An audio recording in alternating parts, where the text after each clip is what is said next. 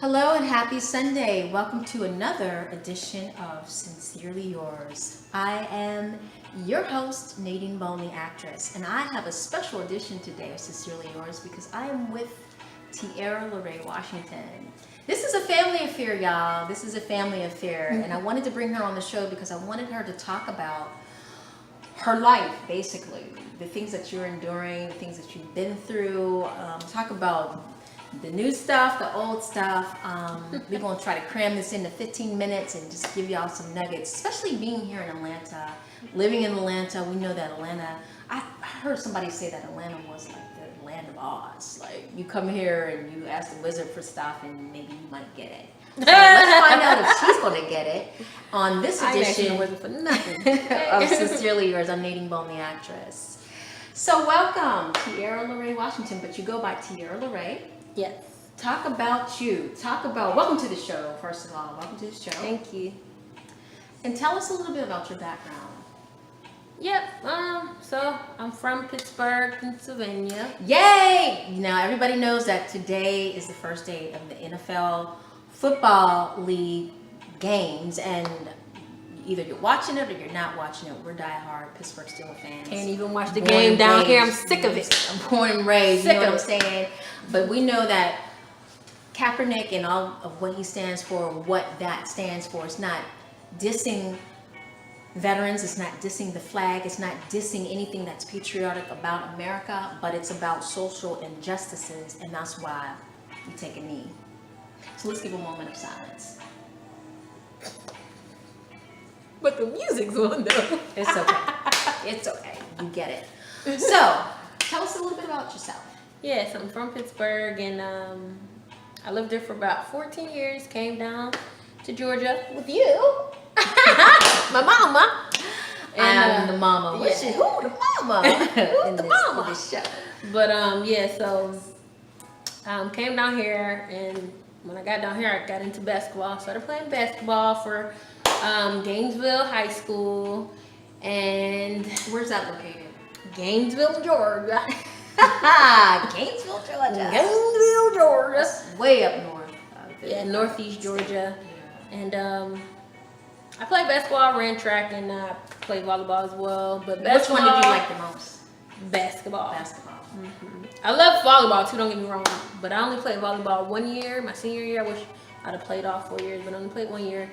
But basketball was what got me my scholarship to go to college. Which college was So that? Fort Valley State University. Fort Valley.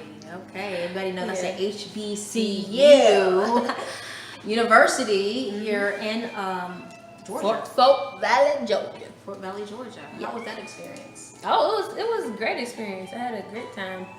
Too much of a great time, but I had a great time. So Great time socially, and then Yeah, what about socially. basketball, athletically? yeah, athletically it was cool. I only played 1 year. I played my freshman year. My sophomore year, the first game of the season against West Georgia, tore my ACL, and that was it.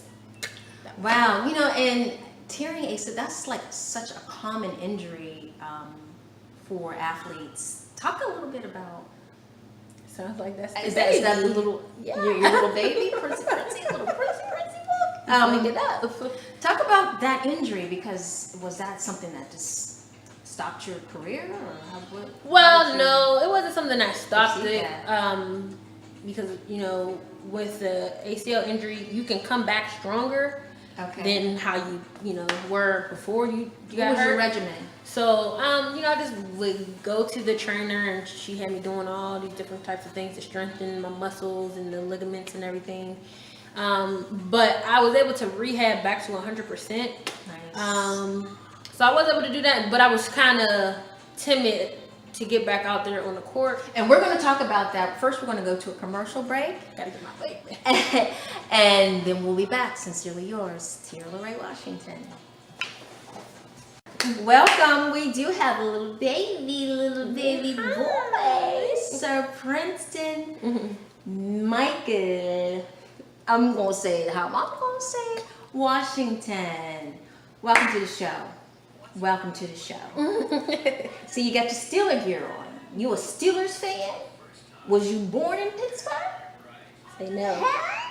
Say Was you born in Pittsburgh or was you born in Atlanta? You a Falcons fan, but clearly. And we ain't no Falcons fans down here. This Clearly. is still a nation household. You still a nation. Yes. All right, all right. So we were talking about how you rehabbed your ACL tear in basketball and how that happened.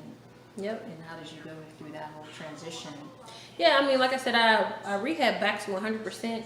I just think that the focus for me wasn't completely there to get back on the court and everything. I wasn't really focused. I don't know, I was just young and I went to an HBCU. So I was more into like, being on the scene and, going to the parties and stuff instead of really focusing in on my regimen and focusing in on my schoolwork. So, those things kind of led me to not really doing what I should have been doing. Okay, but you got through it and you were able to, but did you continue to play basketball after that? Nope. I didn't. No, that wasn't. Well, actually, I didn't in college, but then, once I started kind of gaining my confidence on the court, because I did have to regain my confidence to get back out there and play, because it is kind of scary, like, oh, am I going to get hurt again? Right. So once I regained that confidence, I actually joined a semi-pro basketball league. Nice. So what was the name of that? That was the WBSL women's basketball. Okay. I mean, because girlfriend was gifted. You know what I'm saying? I nicknamed her Tara D. Tara D for that defense, because anytime her opponent was trying to go to the rack, look, she locked that down. You know what I'm saying? In every way, she locked you down on D, and could have easily went to the WNBA, but what bestowed her was that ACL. But everything happens for a purpose, and God was able to bring you through that. You were able to heal correctly. I mean, thank God you still have your, you can still walk or whatever. And you, like you said, you played a semi-pro women's league, which was awesome, great. Do you play today? Do you still play basketball now? Nope, I don't. Okay. But you encourage other people to play that sport because that sport keeps you healthy and just keeps you active. I mean, I wouldn't mind getting back out there. The last time that I played was actually in Randolph Day, which is a guy that played on the East Hall High School varsity basketball team. He started this little thing. Every year they do it. It's called Randolph Day. So nice. Everybody comes together and plays in this little tournament. So it's pretty cool. And that was the last time I played, which was a few years ago. I said, I just woke up. Come a little bit closer into the camera. Okay, great. Okay, so what was your major in college? What did you major in? Mass communication. Okay, so did that give you opportunity after you came from college? Were you able to work in Atlanta? What did you actually do in Atlanta? Because there's a lot of people, like we said at the top of the show, you come to Atlanta, some people come to Atlanta just for the opportunities because they feel like it's really big and huge. But being that you were raised here since elementary school, did you feel like there was more opportunity for you? What were you able to pursue with that? Yeah, I feel like Atlanta is one of those cities where you can't be pussyfooting, okay? If you play around, it will eat you up and chew you out. Right. So for me, like I said, I just really, my focus wasn't really where it needed to be for me to really take off in that lane. So after college, I didn't really pursue like internships and stuff like that to really kind of go where I wanted to go, in the broadcasting industry. But as far as Atlanta, it's wide open for those. I mean, what did you actually do? You did public promotion. Talk about that a little bit. I did that in college. When I was in college, I did. I was part of like a promotion squad where we promoted clubs and artists. Yeah, street team, little eye candy street team where we promoted clubs. Actually, really brought one club up that opened. Started out probably like 10 people in the place, and really got that buzzing. So I did that. I had a couple of guy friends who they managed artists. And so I kind of helped out with that as far as social media promoting and things like that. Talk about a little bit about when you were in college? Was social media popping back then? Was it hot? Was it flaming? I mean, compared to what it is social now? media was out. You know, we had Facebook and all that, but I don't think that the level that it's on today, it wasn't on that type of level. Like we didn't have IGTV or Instagram Live, Facebook Live, Snapchat. We didn't have that. Right. I feel like if we had that in college, then yeah, that'd have been definitely. I would have been one of them, you know, people who would have been just putting out videos after videos after videos. Right, yeah, because creating content right now and building your social media platform is how you can get that entrepreneurship started, get your brand started. Talk about branding. Do you have a brand that you are trying to work with? Yeah, well, I mean, I have my brand that I'm trying to get together and put out there more. I'm looking into starting a lip gloss line, so that's something that I have in the works. I actually have somebody who's working on my logo for it right now. But welcome back. We were just talking about her career in college and social media platform, and after college, and how she was working with her brand and getting her brand, and how the gap, bridging the gap from when social media wasn't social media, and now it's all social media, everything. And how's that working for you as far as social media? Do you utilize it to the point where you can? I don't really utilize it like how a lot of people do, you know, just putting their content out. I mean, I just utilize it to take my pictures of my little princey.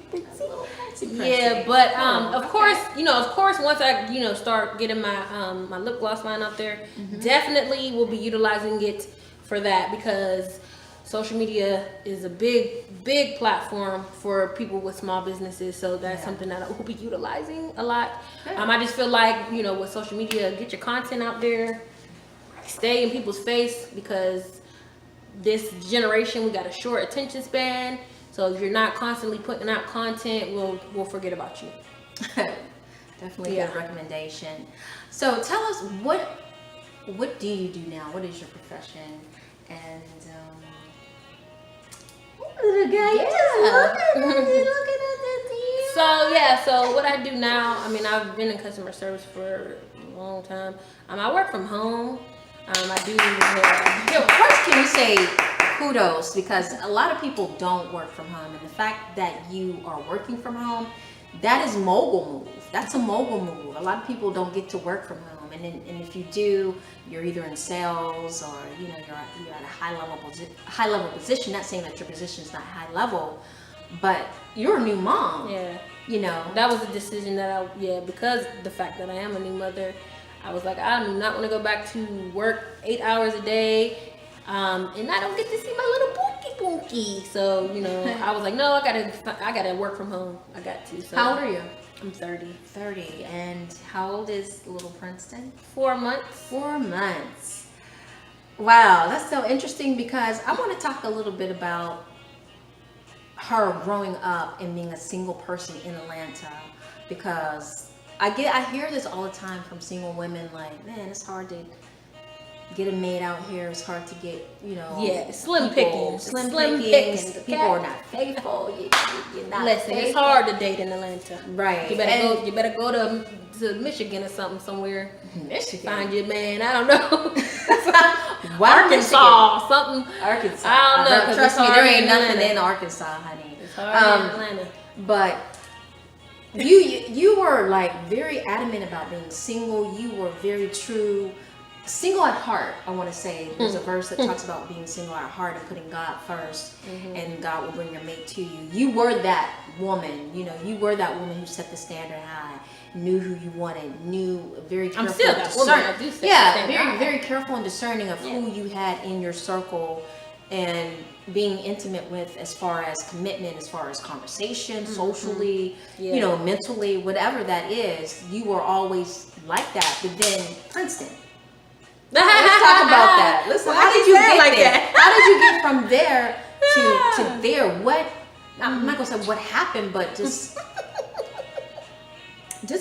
talk about that a little bit, because people want to know. Like, you wanted to be married. You wanted to. That was the goal. You still want to be married. Definitely, that's your first most thing in your life. Right. Yeah. So, I've always been the person. I've been single most of my adult life. Well, actually, anybody asks me, I always say I am single because you're single till you're married. But wait, people would be like, wait a minute, girl. You still don't have any kids, and you're almost hitting 30, and they you still ain't crazy. They used to look at her crazy, and that is how it is today. They're looking at the women that are like that. Like, why are you not? Is there something wrong with you? Yeah, like what you got? What's wrong with you? You don't got no kids. You don't like that? Cause I don't got a man. I don't got no ring. That's why. That's how I used to always be like, I'm not married. That's why. I want to be married. And everything happens for a reason. I still am not married, but I do have a child. Yeah. But I'm definitely not going to be, the person who has 2 kids and they're single. No, it's not gonna be me. Are you currently dating right now? Or are you seeing somebody? Or how's that going as far as being a new mother and? Yeah, because you had a situation going on before Princeton, and then same situation. Yeah. So you were able to enter back into that situation. Yes. And he was accepting. Yes, I was able to get my man back. Wow! Congratulations. Listen, ladies. I had to shoot my shot and get my man back. Okay. Swish. I had to swallow my pride. Yes. And get my man back. Okay. Because he obviously is a good man. Yeah. He's a good man. If you had to shoot the shot. Yeah. After all of that. And I don't never shoot no shot. Listen. And I know y'all ladies out there, y'all can feel me. You'd rather be chased. And that's how I was. I'd rather have been chased. But sometimes you just gotta, as a woman, you gotta go for what you know and get your man. Or else you're gonna be single forever. That's solid. And y'all trying to look. Marriage is next in the works. I pray for that in the name of Jesus. I speak that in the atmosphere. That's going to happen for you in your life. Hallelujah! Yes. Won't it do it? Hold my mule. Don't let me take you to church on here. Don't let me take you to church. But that's awesome. That's great. I always admired you for being that independent person. You've always had that stature, that integrity to bounce back from whatever loopholes you had in your life, and barriers. You were able to jump over that and be successful in it. That will to win. I've always admired that about you. Being 30, single, independent woman, making your money. You know what I'm saying? Make your money. You got your vehicle. You pay your own insurance. Yes. No one's doing this for you except for you. And, your finances in order, getting your credit in order and being able to make those decisions so that when you do meet that mate, that you can bring something to the table. You have to be able to bring financially, spiritually, and mentally. Your whole self, because you don't want to bring baggage into that. You know? And that's good. That's great. So I'm so glad you were able to come on the show. Is there anything else that you want to kind of talk about, or any points you want to tell our viewers? Because this is sincerely yours. This is from the heart.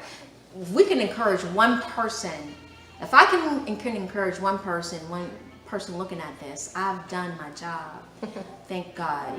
So what would you tell anybody that's in your position that is trying to make it here in Atlanta or out here, period? I would just say, being a mother is a blessing, for those women who don't have children, that are wanting to have children. It's not something that's a burden, because I know there's a stigma that, oh, you got a kid, now you got a kid, now you can't do stuff. You can still do what you want to do, it's just, you just gotta be able to multitask and juggle. So, being a mother is just so awesome, and continue to do your thing, ladies. Work on your goals, because you can still work on your goals and have children. It doesn't have to always, you don't have to not give your all to, your kids. I mean, you definitely want to give your all to your kids, but give to yourself as well. Yes, give to yourself. Yes. You deserve to be you. You deserve to keep yourself together, honey. You got to do it for yourself. Yes. No one else is going to do that. Don't fall off because you got kids. You want to be that mom that's popping with the kid, with the baby. Yeah, that's right. And with the husband. Yes. So great. So thank you for tuning in for another Sincerely Yours session with Tierra Lorraine Washington. Tell us how we can look you up, and she just keeps saying my government, but Tierra Lorraine. You can follow me on all social media, Tierra_Lorraine. That's LARAY. Tierra, TIERRA_LARAY.